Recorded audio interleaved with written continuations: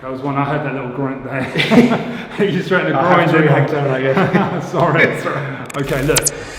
What I wanted to show was a very simple concept, and the idea is hit from where your hands lie. I talk about this quite often in our videos, but it is a simple concept that will help anybody of any fighting style, of any martial art, regardless, okay? Because it's not based on style or martial art or defensive skills style or defensive tactics or whatever you practice for your self-defense. It's just a simple idea of hitting from where your hands lie.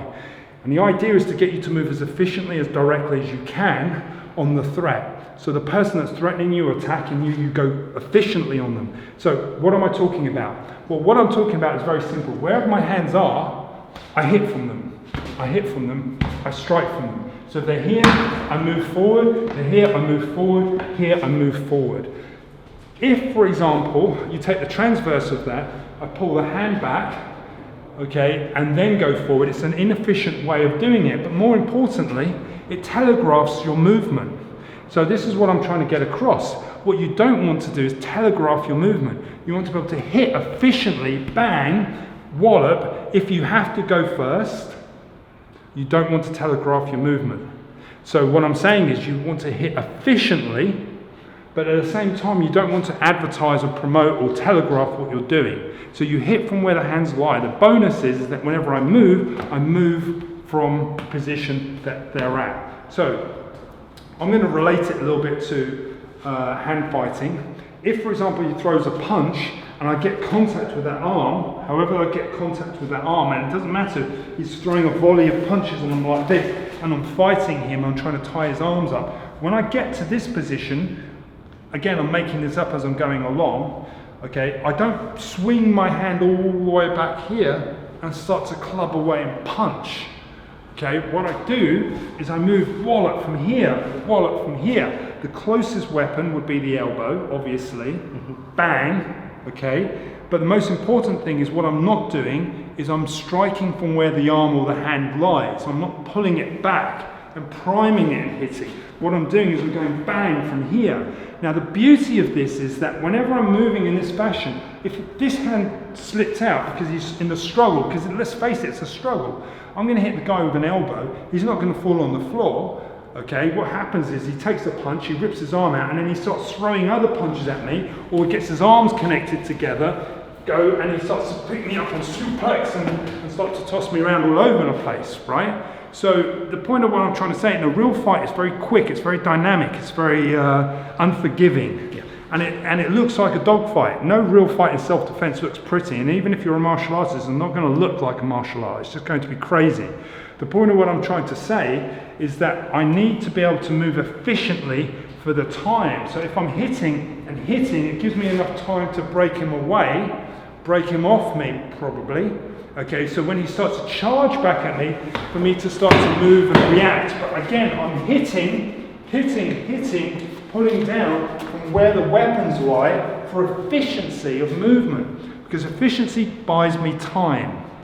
Time buys me safety.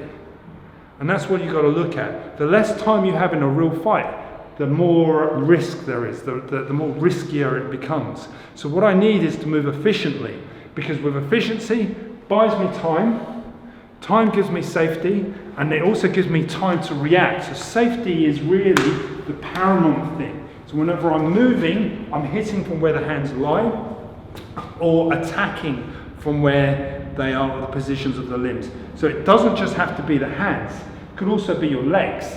If, for example, we were quite close, okay, if I wanted to kick, for example, I would stamp on this position here. I'd be stamping here, kneeing here, stamping on this position, kneeing. But you can see what I'm doing is the weapon goes straight up. Okay, the weapon goes straight up. So for the kick, if you stay in that position there, switch your legs up. I just want to show you something. If I wanted to kick, another simple way of kicking is to lift the leg. If you notice how I lift the leg, boom, is the foot, okay, goes up. It goes up, can you see it? What I don't do is pull the leg back and stamp, or pull the leg back and stamp, or prime the kick and stamp. It just goes up, So if we're in this position here, I'll be like that, boom. I'll be in on him, but if you saw what I did, I'm lifting the leg and the hands and pushing him away. It's the same concept. So the concept doesn't always have to be hit from where the hands lie. It could be hit or kick. It could be kicked from where the feet are. We should trademark this. It's really a bit weird, isn't it? So I don't think anyone's going to be too interested in it anyway. Can you imagine it? Nike goes kick from where the foot is, yeah. Hit from where the hands lie, Nike. No, I don't think so.